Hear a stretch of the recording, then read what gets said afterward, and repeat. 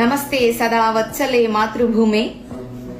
విదేశీయులు మన భారతదేశం మీద దండయాత్రలు చేసిన ప్రతిసారి వాళ్ళు టార్గెట్ చేసింది మన హిందూ దేవాలయాల్ని, మన సంస్కృతిని, మన సాంప్రదాయాల్ని విచ్ఛిన్నం చేయడానికి నానా విధాలుగా ప్రయత్నాలు చేశారు. మన పూర్వీకులు మన ధర్మాన్ని నిలబెట్టడానికి ఎంతో మూల్యం చెందించారు.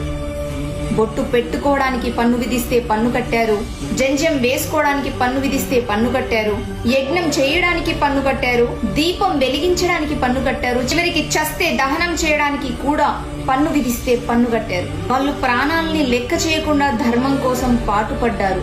కొన్ని సంవత్సరాల తర్వాత ఈ దేశాన్ని మత ప్రాతిపదికన 2 ముక్కలు చేశారు. కానీ ఇప్పటికీ ఆ మతస్థులు ఈ దేశంలో ఉన్నారు. ఇక్కడున్న రాజ్యాంగం మనకు మాత్రమే వర్తిస్తుంది, వాళ్ళకి వర్తించదు. వాళ్ళకి ప్రత్యేకమైన చట్టాలుంటాయి. ఈ సెక్యులర్ దేశంలో కేవలం హిందూ మందిరాలకు మాత్రమే ట్యాక్సులు విధిస్తారు. ఈ దేశంలో మైనారిటీస్ అని చెప్పుకునే వాళ్ళే మన హిందూ మందిరాల మీద దాడులు చేస్తున్నారు. ఇంతటి అన్యాయాలకి మనం గురవుతుంటే, ఇంతటి బాధలు మనం భరిస్తూ ఉంటే మనలో కొంతమంది చేసే పనేంటి?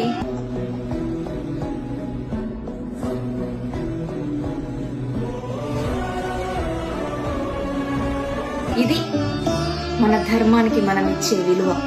ఉరి తీస్తే నా ప్రాణం గాలిలో కలిసిపోతుంది, కాబట్టి నేను నా భరతమాత గడ్డ మీద తుది శ్వాస విడవాలి, అందుకే నన్ను కాల్చి చంపండి అని చెప్పిన భగత్ సింగ్ అంత దేశభక్తి మీలో లేకపోవచ్చు. స్వధర్మం కోసం నిలబడి తన అవయవాలని ఒలిచిపెట్టిన శంభాజీ మహారాజ్ లాంటి ధీరత్వం మీలో లేకపోవచ్చు.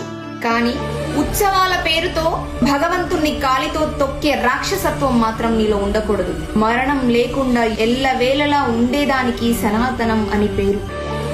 అటువంటి సనాతన ధర్మంలో పుట్టిన మీరు ఇలా ప్రవర్తించడం సబబుగా ఉందా? నీ ధర్మాన్ని నువ్వే అవమానిస్తుంటే పక్క మతం వాడు అవమానించడం ధర్మం మనది.